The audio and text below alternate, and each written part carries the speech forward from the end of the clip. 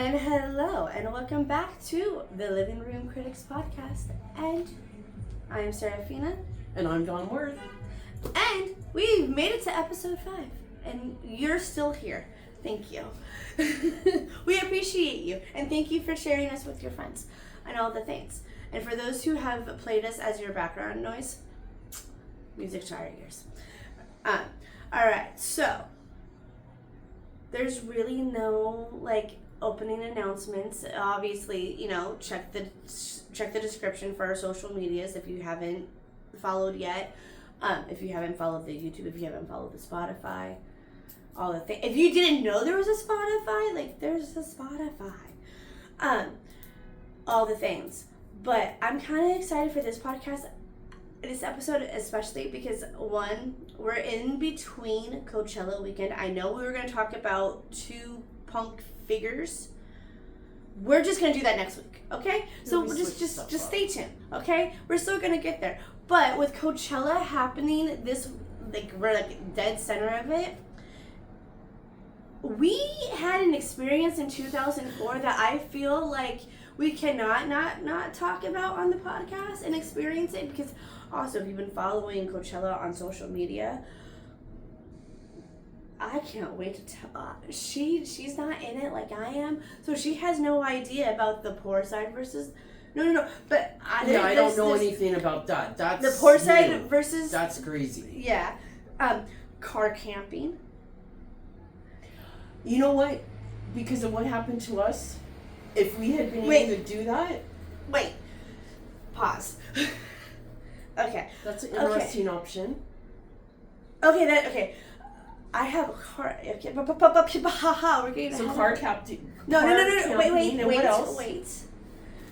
There's a bunch of things that are happening now.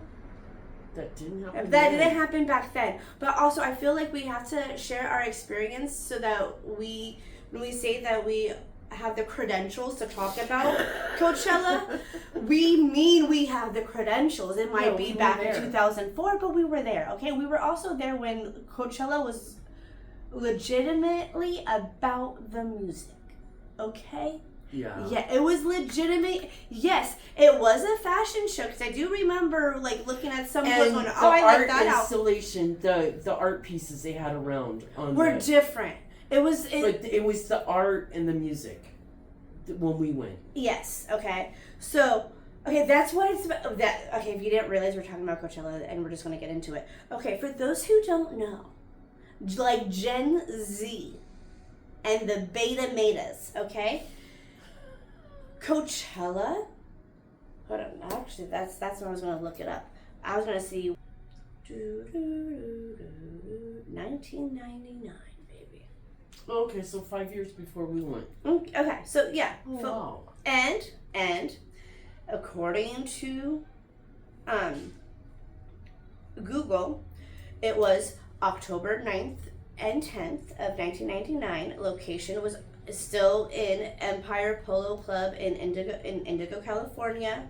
Headliners, Beck and Raging Machine. Significance: it was organized by the Golden Voice following a 1993 Pearl Jam concert at the same venue, and launched shortly after the chaotic Woodstock 99 situation. So basically, the whole Pearl Jam situation, if you didn't know, it was because of the tickets of Ticketmaster and the skyrocketed the price, the tickets the of the fees, concerts. Yeah. Which yesterday there was a judge struck down that Ticketmaster Live Nation can't be a monopoly like they have been, and it's amazing what monopoly they have done to venues. It's like, yeah. I mean, you could only have people that they approve could open for you, etc. And now I know why Alice Bag goes, and Kid Congo too. They both are still touring, but they're not doing the mainstream that way. Yeah. No. But it also makes me wonder, I think to go mainstream on it, the Taylor Swift Eras Tour. That was 3 years. That is one of the things that pushed that lawsuit forward because of what they did to the Swifties on the fees. Yeah. Okay. Yeah. Because I was gonna say, I'm like, well, I do know that she hand chose all of her openers. That was something she was very passionate about because like I get it, but I'm curious if it's a list that they gave her and said, these are that you can pick them, but this is the list you get to pick from. Not like. Because I do remember she had Gacy Abrams and Sabrina Carpenter, who, fun fact, Sabrina Carpenter is also a Coachella performer now. So, but we'll get to that when we'll get to that. But anyway, okay, so going back into the history of Coachella, they started in 1999, but they did not come back in 2000 and 2001. They picked it back up in 2002, and the rest is history. We went in 2004, and the headliner, and it was only one, and for those who are sitting down, it was only one freaking weekend, okay? No.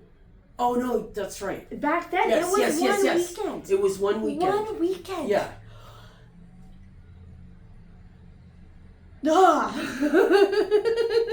For those little kids that get to go now and have 2 weekends full of fun, that must be fun. Yeah. And there's a reason why it's called, the first weekend is influencer weekend, and then there's the second weekend is the music lover weekend. I'll get to that when I get to that. Getting into the whole rich versus poor part, I'll explain that part to you. Yeah. Oh, I can't wait. Oh, yay. See, this is why I'm excited. This is why I did not talk to my mom about Coachella, because I wanted her raw reaction for you guys and you guys only. All right. So let's set the scene. So this was Saturday. So wait, but I remember you pulled me out of school. Okay, what happened was because Radiohead was headlining Coachella in 2004, I made sure that I got tickets. The Friday night before, we drove down because a bunch of Radiohead people from the waste the chat board yeah. was there, and one of them wanted Bud, and so I was bringing down, I think, like an eighth or something, whatever. But we got there, and we didn't stay long because they had already, like, flooded the toilet and everything. So we turned around and came back. We kind of went to Friday, so we kind of knew the drive. Okay. And then Saturday morning, we got up really early. We got down there. And it wasn't exactly hot yet when we got there. And because I remember us getting there. I remember there wasn't a lot of shade. No, there was no shade, and the shade there was a little bit of shade, but it was basically you had to grab the shade at the right time so you could like miss a lot of that bad sun.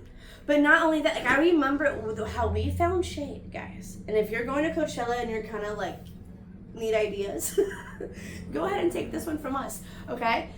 So where one of the bars is, I don't know if the bars are all in one section or like there's like, I don't know how it's set up now, but I remember back then they had one side where it was just the bar, and obviously it was gated and you had to have a special wristbands. I was 18. She wasn't going to be drinking. Like, we weren't going behind that gate.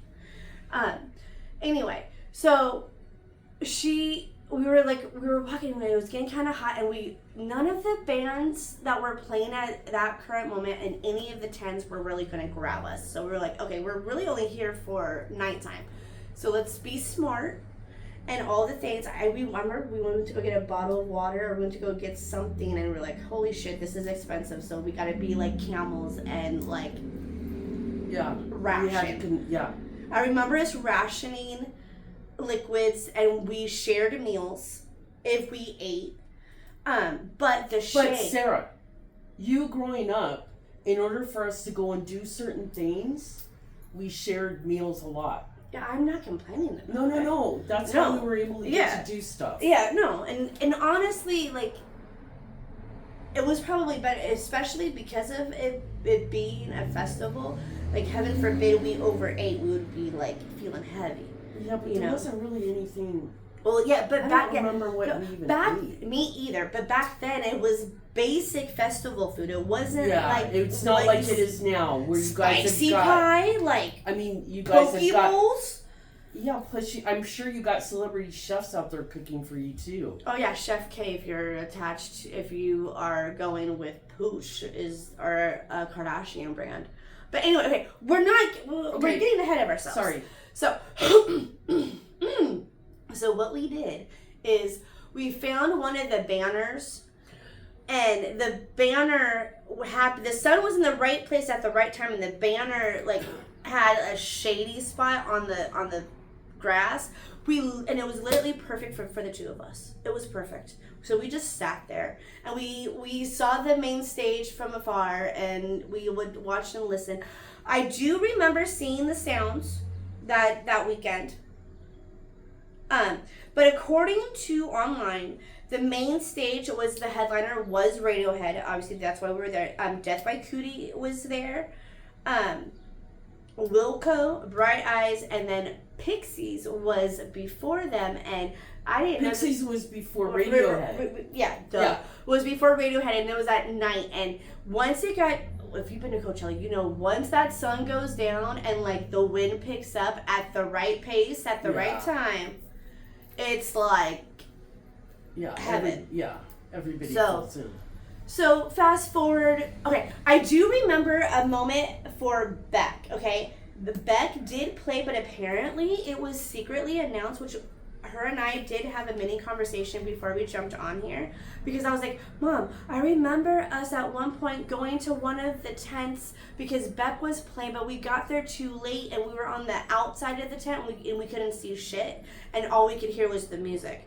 And she goes, yeah, that was Beck. And I'm like, oh, okay. I'm like, but then why is it not online? And I'm like, okay, was Beck at the, and it said, oh, it was secretly announced. So we think K-Rock secretly announced that. Who knows? If you know, go ahead. But maybe as I'm editing this, I'll go Google it and you'll see it here in the visual. Okay, so fast forward. Radiohead plays. It was amazing. It was great. Also, it was not only that. No, they played Creep. No. Okay, hold on. I want to get to that moment. For those who don't know, Creep is their number one song, and they don't like playing it live now, which they have every right to, because it could be very overhyped, right? So this is my first time and only time seeing Radiohead, right? All the things. And at one point, after I think the first encore, you looked at me and said, you know what? Let's leave. I have a feeling that was your intuition, or one of the angels saying, hey, like, you got to go from Indigo to Burbank, California tonight. Like, let's kind of get ahead of the traffic, right? So we're walking away. And then those fuckers start the opening chord of Creep. And she looks at me, we look at each other, and I'm like, what do we do? You're driving, Mom. And we run back. And we enjoy ourselves. We didn't go all the way back, but we went back in. And we enjoyed ourselves. It was a beautiful moment to it being led to a 3-hour wait in the fucking parking lot to just get out. Yes. And because of that, mind you, okay, what I didn't say before we started is Mom was able to get tickets for both nights, okay? Mom wanted to see Radiohead, I wanted to see The Cure, okay? That was kind of like our deal. Night 1 is your thing, night 2 is my thing. We're just gonna do this, all the things, okay? You're gonna go to school tired, I'll go to work tired, all the things. That was the plan, the original plan, and it was gonna be awesome. And then it took us 3 hours in the parking lot. Mind you, I was like a dog hanging out of the door. Home till like 5. No, but do you remember me sitting on like the open window, guiding you out one point to help you get to because it was a sea of cars, and this you is so fucked up. Like she couldn't see a clear view, so I pulled the whole dog move and pointed her in the right direction. And once that happened, we seemed to get a little bit more movement and more time. So we didn't get home until 6 o'clock a.m. My grandma loved that. She appreciated that, But then I remember once we hit Pasadena, maybe Yeah, I think it was Pasadena because I remember seeing the Eagle Rock Mountains or something. And you looked at me and said, I am so sorry, but there is no way that I could turn around in a few hours and come back for the cure. Because if this is gonna be like two days and the parking lot situation is gonna happen again, I can't. Like, I can't. And I was like, okay, all right. Okay, you know? And that was the it of our Coachella experience. Mind you, my mom did go and surprise me with, was it Curiosa? Was that the festival? The Cure was putting on a music festival months later. It was in Carson, in like a soccer field or something. But it was like, the Cure was headliner, Interpol was one of the... And that night we fell in love with Interpol, I remember that. When they came on stage, oh my God. They sucked you in. What a rush. And then when the Cure came out, it was just, it was fantastic. Yeah, so I did get to see the Cure. More of the story, I saw the Cure months later at a different festival in a much different situation. It was in the middle of the freaking desert. Okay? And that experience alone for us, we both decided, no, we're not those kind of festival girls, and that's okay. It's not so much, but there hasn't really been anybody there that I'm like, let's go. No, but honestly, with the day and age, and I started watching them on YouTube 2 years ago. It's nice that they've been doing that. When I heard about No Doubt and I was bummed, and then I found out you could watch it on YouTube. Yeah. Can I just tell you? Save your money. Go and get yourself a bunch of booze, call all of your friends, have a night in, and watch it on your TV. Is that what we're going to do this weekend? You're more than welcome to come over. Hello, the Strokes. Anyway, like, literally, it is a beautiful thing. You get a better view of the artist anyway than you being in line with smelly people that's been in the desert for 2 days that are covered in dust. And you get to shower at the end of the night with warm water. And in a way, if you do girl math, since you already pay for your Wi-Fi, Coachella's free. So hey, think about it. Just pay your cable bill, pay your Wi-Fi bill, and you got Coachella for free. Or you can watch it on your phone, all the things. Okay, so going back into the whole parking situation, when I mentioned car camping before, you said, oh, well, now knowing what we went through, if car camping was a situation, that would have been kind of cool. Was car camping an option? Was there camping back then? There was camping, but it was off-site. Okay. And it was extra money, and you were in a tent. Yeah, same here. So it wasn't like you could, like leave stuff there and then come back after the show. I mean, It just was kind of weird. She doesn't know what happens now then. So camping. So what's the deal? Car camping, you show up in your car. Okay, Ed. Yeah, so that's you actually have to have a tent as well with your car. You could have a bed, there's these people that do a whole fucking setup and a whole aesthetic fucking vibe.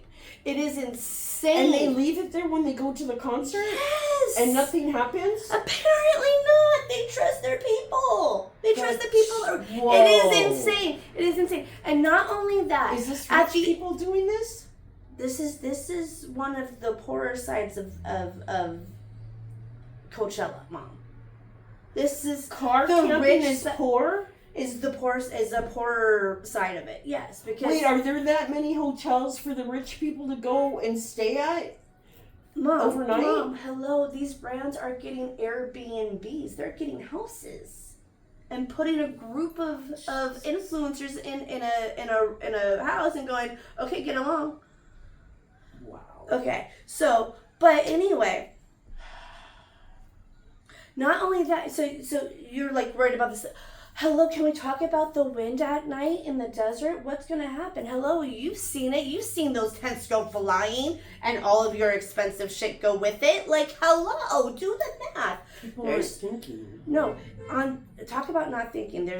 there's two people that I am like obsessed with. One of them is a smart dork because I feel like she has more sense than the other one does, because the other one is trying to sell us the fucking experience, and it's, honey, the way you're fucking selling it is making me feel so grateful for Wi-Fi and the comfort of my own home. Okay? Because you're telling me that this is the second year you've gone. You say you've gotten a little bit better. You've gotten some experience. Absolutely, you did. But you still got food poisoning the first day. Oh, and stayed. Jeez. Then wow. You bring a fan with you thinking, okay, it's going to be hot. I could have a fan. I could have it run for a little bit while we're during the day, right? She run out of batteries? It didn't work. Spiders hatched in it. Okay. Okay. Just my so thing weird. is, okay, now you not only contaminated your space, but your neighbors. Okay?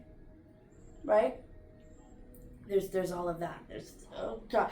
Then my favorite part in all of this with her is now she finally has a brand deal with someone, and she's going back for a weekend too now for free, and she gets to stay in a hotel.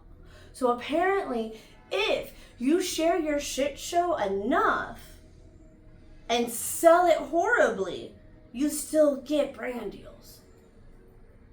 Okay. Man. So what the fuck We is missed the game? out on so much, Sarah.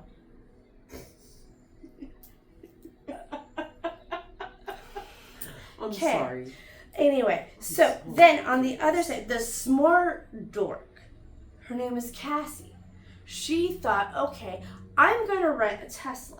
Okay, I'm going to drive it. I want to make sure it's a full battery. I'm going to drive it there, turn off my car for those 3 days. I'm not going to turn it on unless I need the AC. I want to be smart with the AC. I'm going to ration out my AC and my battery, and it's going to be fine. I think I'm going to be smart. Apparently, Teslas come with these little cards, and if it's anywhere near your car will automatically turn on. So imagine if you're in the festival and it turns on and you have no fucking clue. Wow. So I was watching her the whole weekend, and she goes, well, it got turned on. And so they were trying to cover it with foil. They tried to hide it somewhere, like away, and all of the things. They finally had it wrapped in foil, and they moved it to her friend's car, okay? Once it got to her friend's car, everything seemed to be fine and gravy, and it seemed to be okay. She did get out of the parking lot and all the things. As she's driving to the charge station, apparently she checked her comments, and someone in her community said, hey, don't forget the key from your friend, the car key. Her friend already left a few hours ago, and she was on her way to Vegas, and Cassie was following her. So they panicked, and at one point they go, okay, all right, I'm here at this location. They like shared a pin, like the little pin, and said, okay, I'm putting it here in the bush, sent a video of the whole situation, and she was able to get the keys like 12 hours later. Because it was like at night when she was able to find it. Wow. It was, hello, angels, thank you. To getting her home safely. Like, it is, wow. Yeah. So, like, that's the poor side of it. Then the rich side of it is what they call the Influencer Olympics. Jesus. Yes. Why? Because when you're invited by a brand, Jesus. Yes. Why? Because when you're invited by a brand, you know, you gotta, support their like, okay, the one. Well, you have to promote it. You gotta promote their stuff. Example, skincare. One of the influencers that I found, because I was like, okay, like she's not that annoying as an influencer because she also has her own company. She does. It's the August brand. If you know, you know. She does period products and all of that, and I love her and her sisters. They're these cute little half American and I believe Japanese sisters, and they're just funny. It's like the Powerpuff Girls, but like Asian. And yeah. So they all got their own brand deal. So I was I was following them to see how this was gonna be. And yeah, they were one of the ones that got locked up in a room, got locked up in a house, and they were getting freaking they were getting like breakfast trucks getting delivered, like breakfast burritos every morning. Wow. They got a bunch of skincare products, and the one girl, like every day, she's like, that she had promoted it so good. She goes, yeah, out here in the desert, my skin is dry, so I got to do my mask. Like, it was kind of genius. It's like, okay, girl, get your content. Like, okay, get that bill. Like, so it's like, and then with that said, for someone who is building a brand online, like, yeah, I'm building the podcast with you, but I also have my own personal brand, for those who are following that. And I'm trying to get attention from brands and all of that. I don't think a brand could pay me more than they paid Justin Bieber to perform.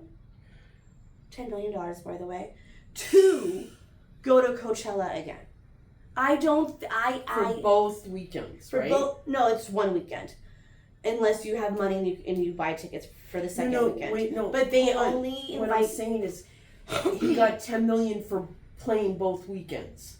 I'm assuming so. So probably $5 million per weekend. Wow. Yeah, so like, I don't think a brand could pay me $10 million or more to go to Coachella. Like, I don't think, no. Maybe because I'm a millennial. Unless it's a group of weird moms and you allow us to let our freak flag fly, then maybe. It's a big maybe, especially depending on the mom group, that y'all choose. But I do volunteer for that. Go ahead and send an email. I will be open to it. Okay, but the performances. Okay, we're gonna drift into this year's performances. Oh. So Sabrina Carpenter did perform. Lackluster. I am really, really annoyed with Somber pulling out Billy Corgan. And I'm not annoyed with Somber, I'm annoyed with Billy Corgan. Honey, you were the first band to perform in 1999. And that was a movement of an F you to the ticket prices and like the man and all the things and like coming out and like, you're here for the music, man. Right? All that. Billy's always been in it for the money. To come out. Corrigan's in it for the in cash. 2026 with a brand new artist. You gotta be kidding me, man. Like, it makes no sense. It makes no sense. And you better, on your little freaking podcast over there, mister, you better explain yourself, okay? I want an explanation, Billy, because this is to you. It makes no sense. Unless, like what my mom said, you have always been the man out here for the money. But I always thought I was a creative, cool dude. Are you fucking serious? Yes. Oh my God. I saw through him. Well, at 38, I'm now starting to I'm starting to change my tune. I'm mad. But what didn't make me mad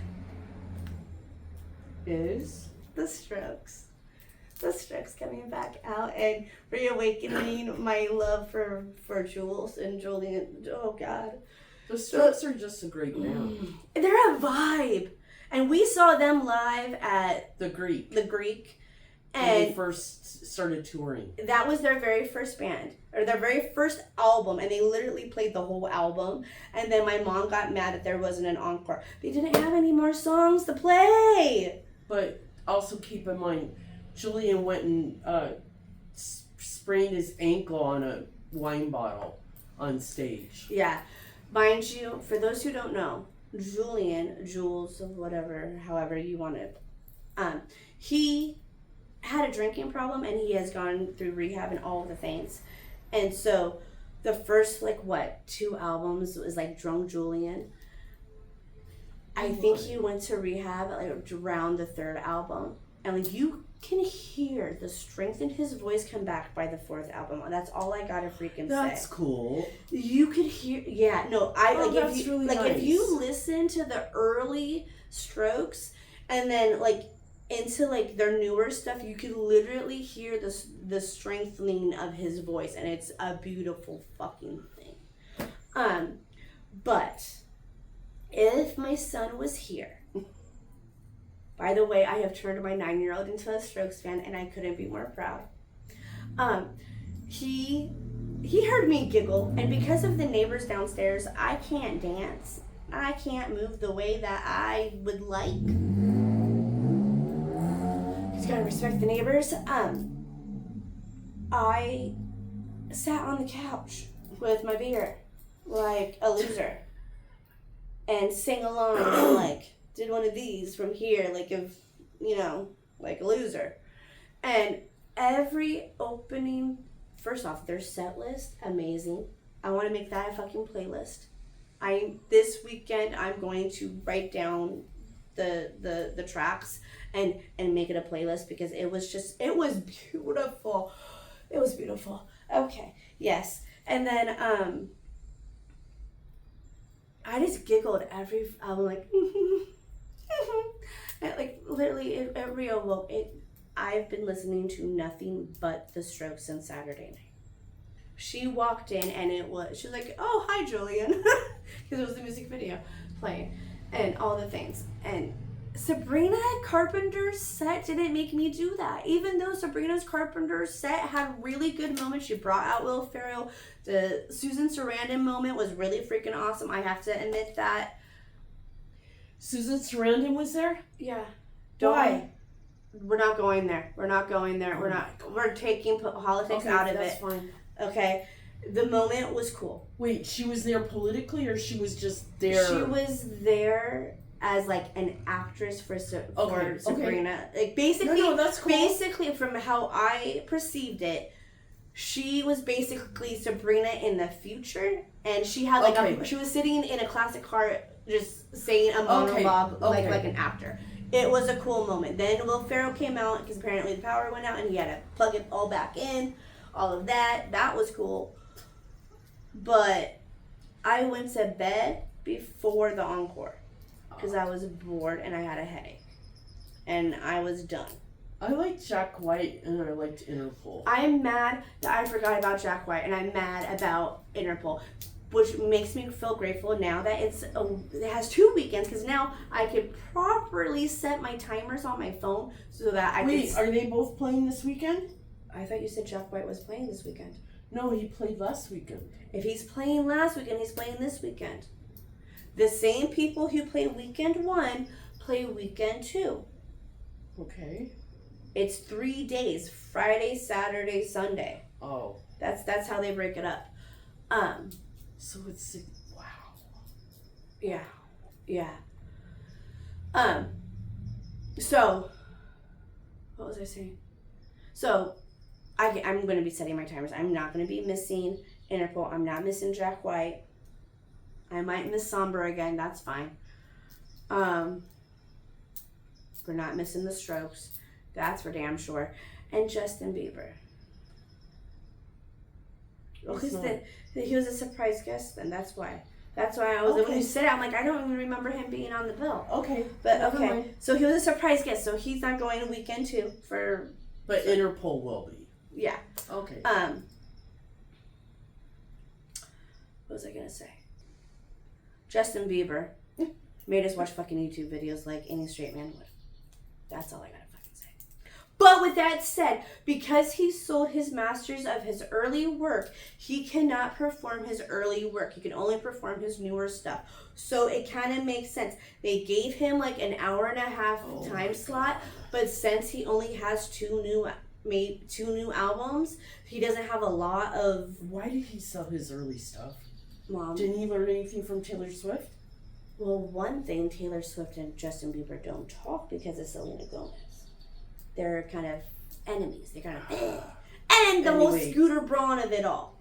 Scooter Braun, okay. So there's that element of right. So he filled the time with YouTube videos, and apparently he would YouTube videos of himself, and like the Justin Bieber people were freaking out, and they were like, "Oh my God, it's full circle because he started off on YouTube and this and that and the other." And I'm like, "It was a bar show. $10 million gave you that? Are you freaking kidding me?" But here's been disappointed. But here's my favorite thing is this week I definitely gave my commentary on my social medias and on Instagram. It did beautiful. I ain't gonna lie. Thank you to all the engagement. But one person goes, because I don't even know who the Strokes were. I was only there for Bieber. And I went, well, over here on this page, we don't care about Bieber. And it's only about the Strokes, so. I swear, we went to bed before. How do parents go and raise their kids and not teach them about music? I don't get it. To at least be well-rounded, like, hello.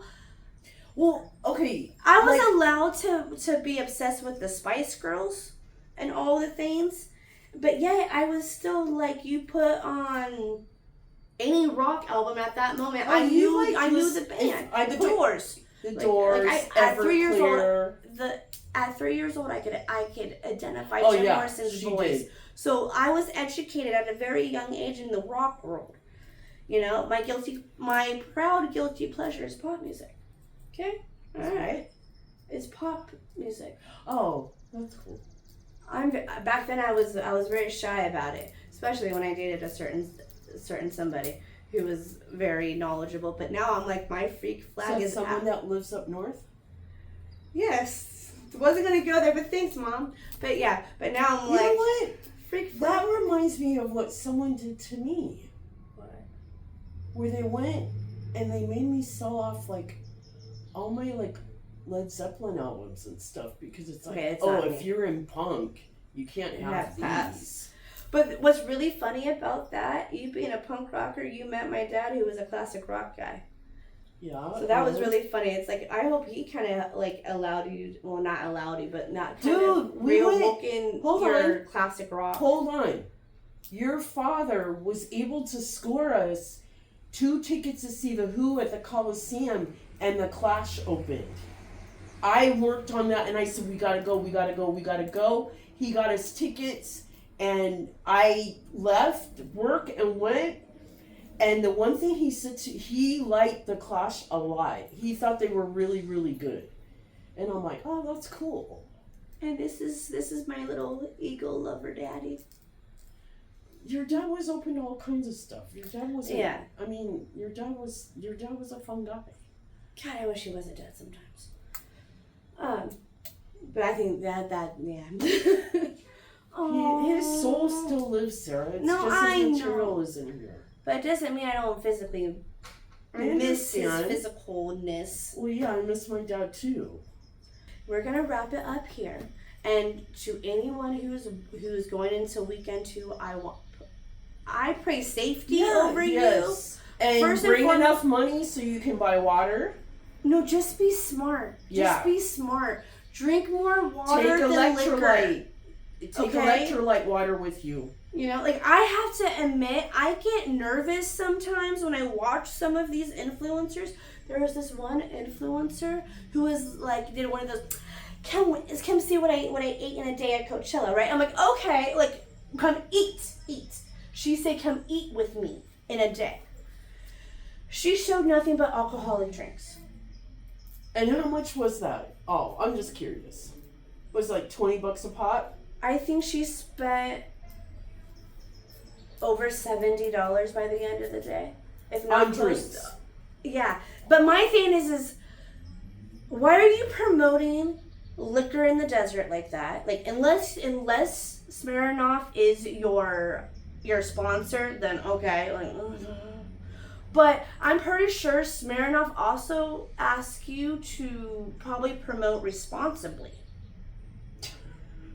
I'm pretty sure they want you to drink responsibly too, because it's on all their commercials. Did that brand sponsor this person? I don't know. I don't know. I'm just yeah. speculating, like, you know. Yeah, but it's like, please be smart. Make smart choices. Like, absolutely have sunscreen. Take your sunscreen with you. For all of you white pales out there like us. Okay. Make sure you smart. Take something for when it's nighttime, it's going to cool down in the desert. I know it's a drag to have to like carry a sweatshirt with you, but just carry something so you've got something you don't freeze. Yeah, just be smart. I Yes. want you all to come back alive. And comment if you went in the comments on this podcast. And even if And who you went to see, who did you want to go see? Did you get to see them? Did you have a good time? how far away from the Yeah, stage were you? tell us in also, the comments. But even if you didn't go this year and you went in the past, tell us what year you went. Cause Yeah, we want to know what years you went. and why you went and all the things. So yes, there's that. And then next, also, like I said in the beginning, check out the description to follow all of the social medias and all that fun stuff, as well as next week we are going to get into the punk rock. 2 punk legends. Okay, yeah, I was like, I'm like, how much do I want to? No, 2 punk legends and all of that. So, thanks for watching, everybody. and thank you for the support.